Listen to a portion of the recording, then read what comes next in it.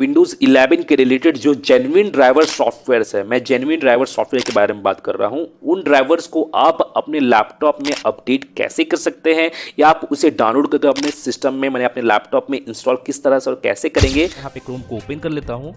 Chrome में आने के बाद अब आपको करना क्या है कि आपको यहाँ पे सर्च बार में आपको यहाँ पे टाइप करना है आपका जिस भी कंपनी का लैपटॉप, जैसे फॉर एग्जांपल HP का है तो आपको यहाँ पे HP टाइप करना है। अगर आपका लिनोवो का रहता है तो आपको यहाँ पे लिनोवो टाइप करना है। जिस भी कंपनी का लैपटॉप है आपको उस कंपनी को या उस ब्रांड को आपको यहाँ पे टाइप करना है। जैसे यहाँ पे मेरा जो लैपटॉप है वो डेल का है तो मैं यहाँ पे डेल टाइप करता हूँ, स्पेस डेल टाइप करने के बाद फिर आपको यहाँ पे ड्राइवर टाइप करना है। जैसे मैं यहाँ पे ड्राइवर टाइप किया हूँ, अब आपको यहाँ पे एंटर प्रेस करना है। मैंने डेल ड्राइवर आपको यहाँ पे टाइप करके आपको यहाँ पे एंटर प्रेस करना है।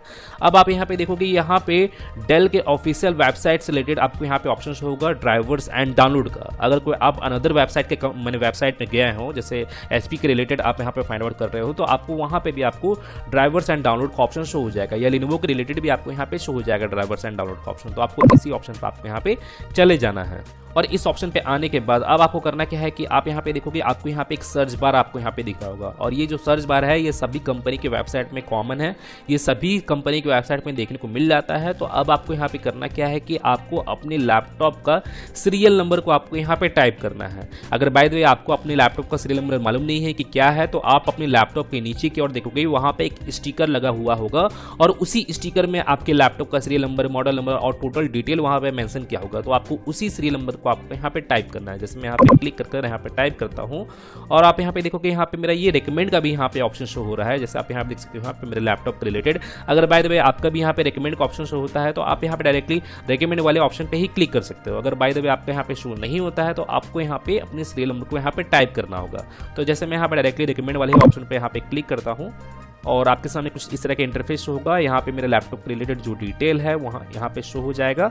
अब आपको करना क्या है कि आपको यहाँ पे ड्राइवर्स एंड डाउनलोड का आपको यहाँ पे ऑप्शन शो होगा, तो आपको इसी ऑप्शन पे आपको यहाँ पे चले जाना है। और ये जो ऑप्शन है, जैसे अनदर कंपनी के वेबसाइट में हो सकता है ये ऑप्शन आपको टॉप की ओर देखने को मिले या डाउनवर्ड की ओर देखने को मिले, या कोई वेबसाइट में ये ऑप्शन देखने को मिलता ही नहीं है, लेकिन बट वहाँ पे एक सर्विस का आपको वहाँ पे ऑप्शन आपको वहाँ पे देखने को मिलेगा। तो आप वहाँ पे सर्विस वाले ऑप्शन पे जाओगे तो उसके बाद आपको ड्राइवर्स एंड डाउनलोड का ऑप्शन या ड्राइवर्स एंड सॉफ्टवेयर का ऑप्शन आपको वहां पे शो होगा। तो आपको उसी ऑप्शन पे चले जाना है। जैसे यहाँ पे मेरा ये डायरेक्टली शो हो रहा है ड्राइवर्स एंड डाउनलोड का ऑप्शन, तो मैं इस ऑप्शन पे क्लिक करता हूँ। क्लिक करने के बाद फिर आपको इसे डाउनलोड की ओर स्क्रॉल डाउन करना है, और आप यहाँ पे देखोगे यहाँ पे विजिट लिस्ट का आपको यहाँ पे ऑप्शन होगा, तो आपको इस ऑप्शन पे आपको यहाँ पे क्लिक करना है, और आपका जो ड्राइवर है वो ड्राइवर यहाँ पे लोड होना स्टार्ट हो जाएगा। तो आपको यहाँ पे जरा कुछ सेकेंड आपको यहाँ पे वेट करना है, और आप यहाँ पे देखोगे यहाँ पे मेरे लैपटॉप के रिलेटेड जो जेन्युइन जो ड्राइवर्स है वो यहाँ पे टोटल आपको यहाँ पे शो हो जाएंगे। जितने भी ड्राइवर्स है वो आपको यहाँ पे टोटली शो हो जाएंगे, ग्राफिक कार्ड से रिलेटेड या रियल टेक PCI से रिलेटेड, या आप जैसे देखोगे यहाँ पे टच पैड से रिलेटेड या मेमोरी कार्ड से रिलेटेड जितने भी ड्राइवर है वो आपको यहाँ पे शो हो जाएंगे। तो आपको यहाँ पे करना क्या है कि आपको इन सभी ड्राइवर्स को आपको यहाँ पे चेक मार्क कर लेना है। आपको यहाँ पे चेक बॉक्स देखने को मिलेगा, या आप यहाँ पे अपने अकॉर्डिंग आप यहाँ पे सिलेक्ट भी कर सकते हो, लेकिन मैं यहाँ पे इन सभी को यहाँ पे सिलेक्ट कर लेता हूँ। जैसे आप यहाँ पे चेक मार्क करोगे तो यहाँ पे आपका सभी यहाँ पे सिलेक्ट हो जाएगा, सभी में यहाँ पे चेक मार्क हो जाएगा। अब आपको करना क्या है कि अब आप यहाँ पे देखोगे यहाँ पे डाउनलोड सिलेक्टेड का आपको यहाँ पे ऑप्शन होगा, तो आपको इस ऑप्शन पे क्लिक करके आपको इन सभी ड्राइवर्स को आपको डाउनलोड कर लेना है।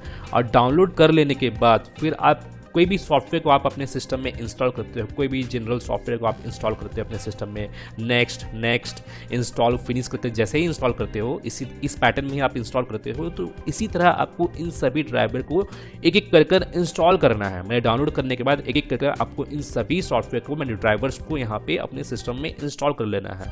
और इंस्टॉल कर लेने के बाद फिर आपको यहाँ पे अपने सिस्टम को एक बार रीस्टार्ट भी कर लेना है। मैंने इन सभी ड्राइवर को इंस्टॉल कर लेने के बाद, और आपके सिस्टम में आपको विंडोज 10 या विंडोज 11 में जितने भी जेन्युइन जो सॉफ्टवेयर्स है, जितने भी ड्राइवर्स है आपके लैपटॉप के रिलेटेड, आपके सीरियल नंबर के रिलेटेड जो जेन्युइन ड्राइवर्स है, जो अपडेटेड ड्राइवर्स है, वो आपके सिस्टम में इंस्टॉल हो जाएंगे। तो गाइज मैं फिर मिलता हूँ नेक्स्ट वीडियो में।